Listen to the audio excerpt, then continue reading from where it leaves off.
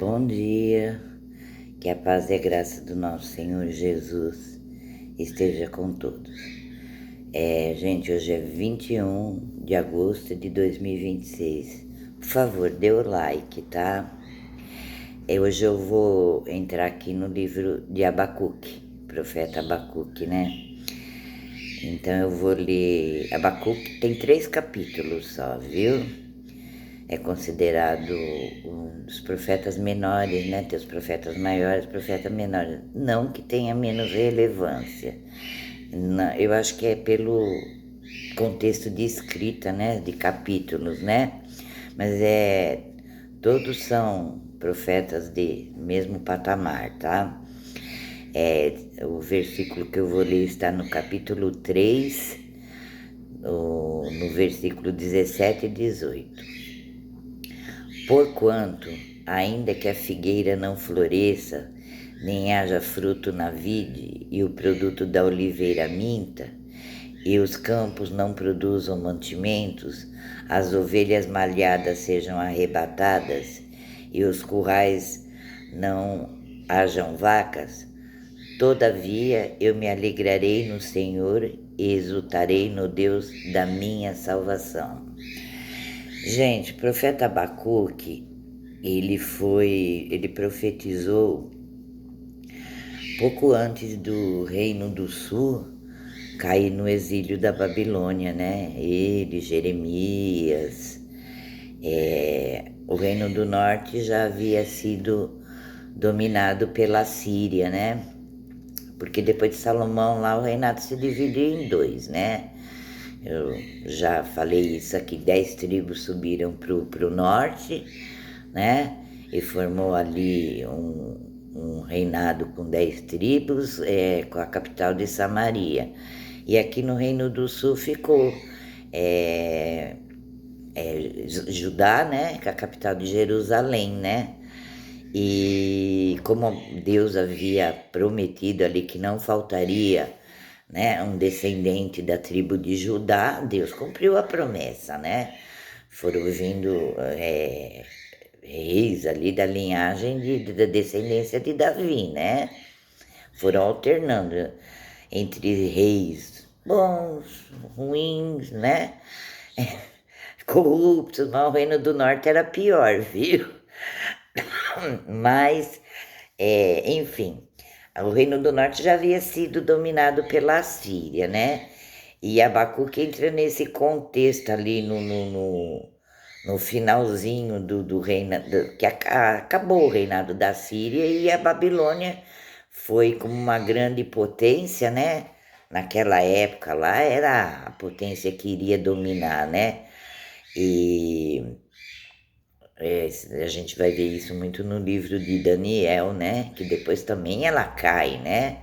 A Babilônia.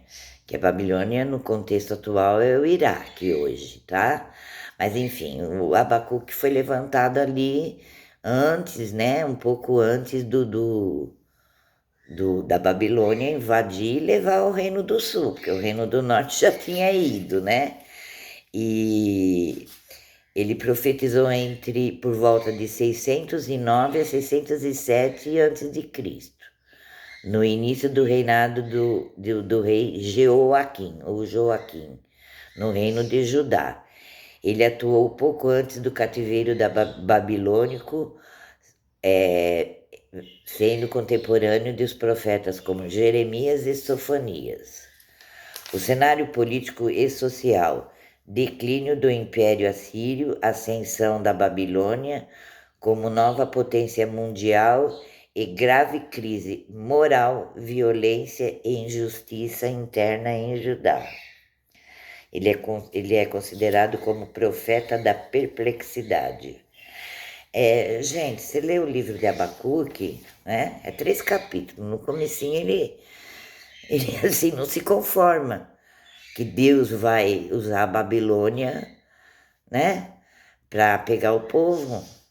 Ele vê ali o contexto corrupto, né, e ali a crise moral e corrupta no reinado, né, Mas eles não se conformam, né? Eles clamam, eles pedem, eles oram.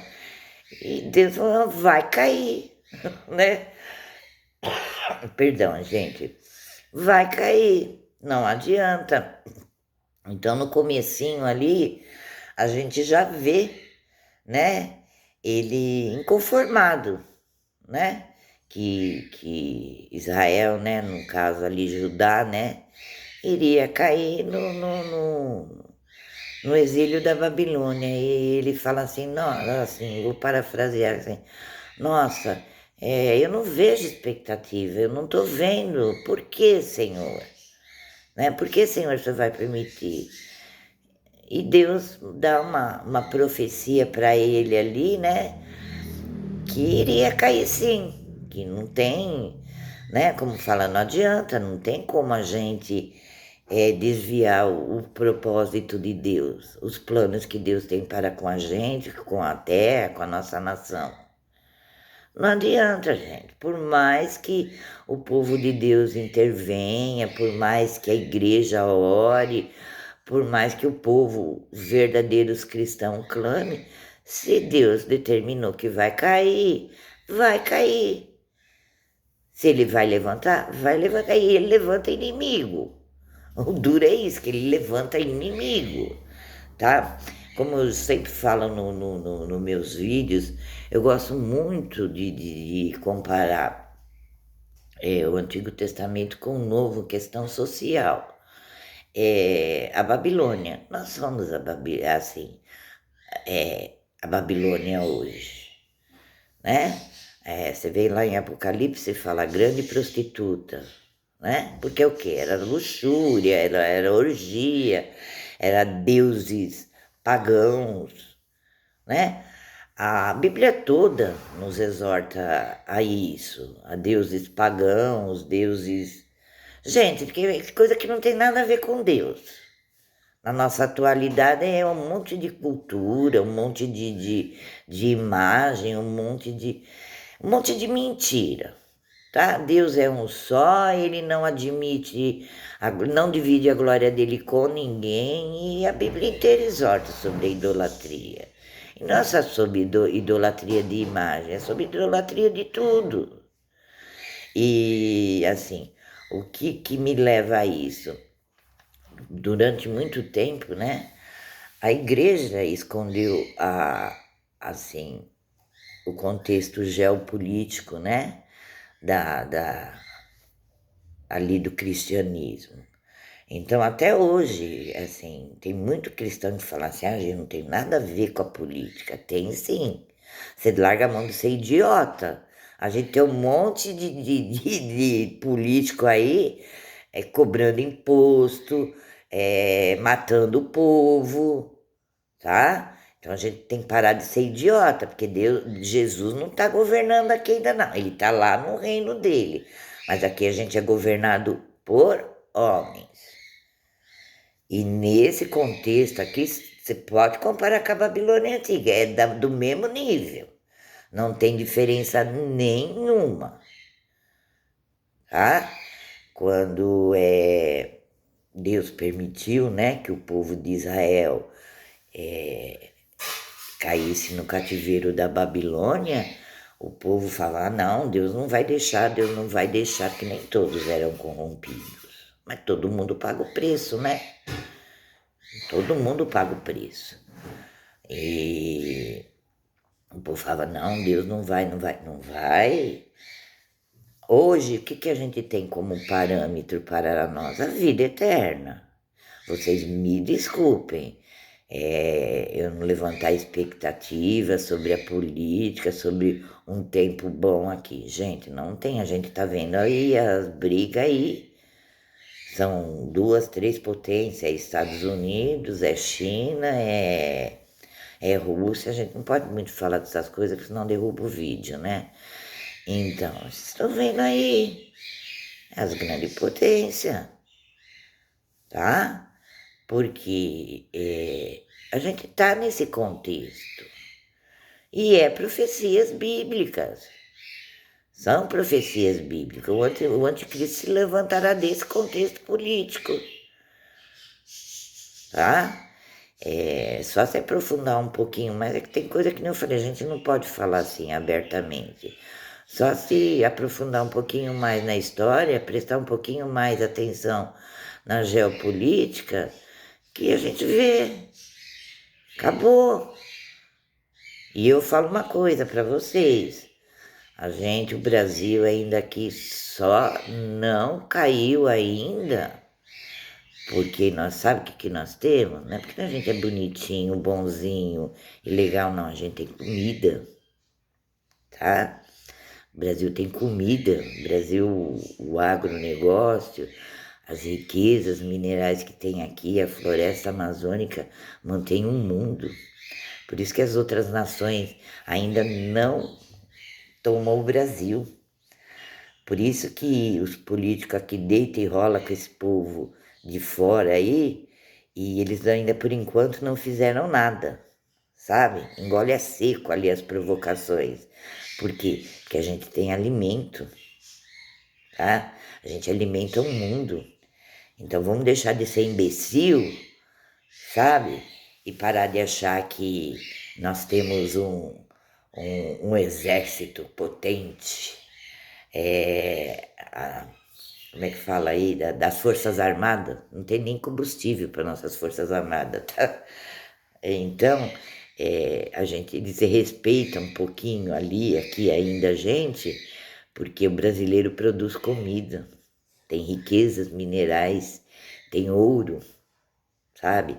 Tem pedras preciosas, tem minerais, as terras raras que é para armamento, é atômico, que é para a tecnologia. Que a tecnologia vai dominar o mundo, tá? Então, o que é Abacuque? Abacuque ali, a gente sai até fora do contexto, né? Mas é para trazer para a atualidade, porque o Antigo Testamento aponta para Jesus, que é o Salvador, tá? Ele já veio, já cumpriu a missão dele, hoje está lá no trono, esperando o momento dele vir. Eu acredito nisso. Arrebatar a igreja para que nós não entremos no reinado do anticristo, que será por 7 anos. Tem gente que acha que vai entrar. Eu acredito que não. Que nem eu falo, não é porque a gente é lindo, maravilhoso, alecrim dourado, não. É que eu acho que tem um povo fiel a ele, idosos, crianças, umas pessoas fiéis. E durante o reinado do anticristo, não vai se poder fazer transação comercial, nem poder vender sem colocar a marca da besta. E vai ser colocada com consentimento da pessoa, não vai ser colocado escondido não, tá? Então, e quem colocar a marca da besta está negando a Cristo. É simples assim, tá? Então eu falo, Senhor, você vai deixar teu povo passar por isso? Pra gente perecer de fome, criança, idoso que depende de remédio. Tem uns que falam assim, ai, Deus vai levantar um povo para sustentar. Eu não sei. Eu não sei. Eu acredito no arrebatamento. Por que eu acredito no arrebatamento? Porque Jesus falou que ele viria como um ladrão. E na segunda vinda de Cristo, que está também na Bíblia, fala que Jesus, quando voltar na segunda vinda dele, ele virá e todo olho verá e toda língua confessará que ele é o Senhor. Mas aí já passou pela tribulação, tá? Então, eu acredito no arrebatamento, porque Jesus falou que era para a gente vigiar, ver as parábolas ali das 10 virgens, as parábolas do joio e do trigo, é tudo nesse contexto, o reino do céu, que ele viria como um ladrão, a qualquer hora. Gente, ó, não tem mais nenhuma profecia para o arrebatamento, todas já se cumpriram. Eu falei, aqui na Bíblia. Agora, para a vinda do anticristo, tem ainda umas coisas para acontecer. Então, mas para a vinda de Jesus, ele fala que vai ser como num piscar de olhos. Então, não tem mais nada para se cumprir. A gente está ali, ó, ouvindo as pegadas já de Jesus. Mas eu voltando aqui para o versículo. Porquanto, ainda que a figueira não floresça, nem haja fruto na vide, e o produto da oliveira minta, e os campos não produzam mantimentos, as ovelhas malhadas sejam arrebatadas, e nos currais não hajam vacas. Todavia eu me alegrarei no Senhor. Essa foi a conclusão que Abacuque chegou, né? Que é? A figueira é o símbolo de Israel, né? A vide é a videira, né? Que produz uvo. E a oliveira é o azeite, né? O óleo, né? O óleo da unção, né? Então são símbolos ali de Israel. E ele fala assim, porque quando depois que a Babilônia levou o povo, eles queimaram ali Israel, eles destruíram tudo, né? Então eu creio que ele falou nesse contexto, ainda que eu não veja mais a figueira florescendo, a videira dando frutos, e o produto da oliveira minta, todavia eu me alegrarei, porque eu creio no Deus da minha salvação. Ele já viu uma terra devastada ali. Como a gente está vendo uma terra cheia de iniquidade hoje, se você ler o contexto todo de Abacuque, ele vai falar da violência, ele fala de tudo isso que a gente vive na atualidade, ele fala no livro, nesses 3 capítulos dele. Ele fala, mesmo que eu não esteja vendo a tua presença aqui na terra, mesmo que eu não esteja vendo a tua ação aqui, todavia eu me alegrarei no Deus da minha salvação. Essa é a mensagem que ele quis dizer nesse versículo. Eu olho assim e eu pergunto, Senhor, cadê a tua justiça? Cadê o Senhor visitando aqui a terra? Né? A gente passa por tantas agonias, tantas aflições, que a gente chega a duvidar que Deus existe, que Deus esteja vendo isso. Mas tem várias partes, vários livros que falam que o justo viveria pela fé. E a gente está vivendo pela fé que vai existir a salvação, que vai existir um reino eterno, né?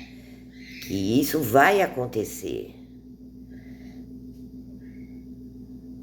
Então, eu deixo essa mensagem aqui para vocês, que vocês leiam, né?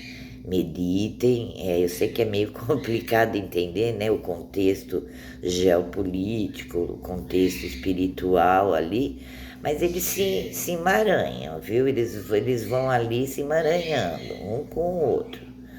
Não pense. Eu acho que a igreja negligenciou muito esse contexto terreno aqui. Levou muito povo ali para a espiritualidade, deu muita vazão para o demônio. É claro que existe sim. Eu não vou. Se existe Deus, não existe o demônio, gente, para com isso. Então, mas eu acho que nem sempre ele usa assim da maneira dele, da performance dele. Gente, tem que parar com esse negócio de que o demônio atua nas pessoas naquela coisa demoníaca, de distorção disso. Não, ele usa para enganar o povo. O contexto demoníaco é isso. Ele age ali no caráter da pessoa. Sabe, ele usa a personalidade da pessoa. Todos nós temos uma fraqueza. E é onde ele ataca, tá? Aí esse contexto aí da pessoa estar possuída, demoníaca, aí é possessão. Mas ele atua aqui, que a terra foi dada para ele. Quando ele atentou Jesus lá no monte, que Jesus estava jejuando, ele falou, se te prostrar, eu te darei todos os reinos, foi me dado. Ele fala isso para Jesus, foi me dado aqui na terra. Então a gente está assim, a gente está aqui no limo do Satanás. Mas nem tudo é possessão. Eu vejo muitas pessoas falando aí, ai, porque uma pessoa te lançou uma maldição, tua vida tá travada, porque o inimigo, você tem que fazer uma vigília. Gente, eu não sou contra a vigília, não sou contra nada dessas coisas. Só que eu me nego a crer que a minha vida está estagnada porque o demônio está em cima dela. Eu me nego. Eu prefiro acreditar que Deus me leva lá na olaria para me moldar todos os dias, para me modificar, para me limpar o que está sujo, tirar o que não está agradando a Ele do que Satanás está dando na minha vida. Que Ele tem esse poder sobre a minha vida. Eu me nego, eu me recuso. Ele usa, sim, pessoas para atacar a gente, mas que tem todo esse poder de estagnar a vida da gente aqui, não. Eu me recuso isso. Eu falo, ó Senhor, o dia que o Senhor deixar isso acontecer perante a minha vida, o Senhor vai pôr em risco a minha fé em Ti, porque eu acredito que Deus não permite. Eu acho que Ele permite até certo ponto, né? Mas eu não vou dar glória para Ele, não, tá? Vocês meditem aqui na palavra, mesmo que a gente ainda não esteja vendo muita coisa, né? Muita esperança, né? Que a terra esteja sendo devastada, né? Todavia, a gente tem que se alegrar no Deus da nossa salvação, tá? Que vocês tenham um bom dia, fiquem na paz do Senhor Jesus.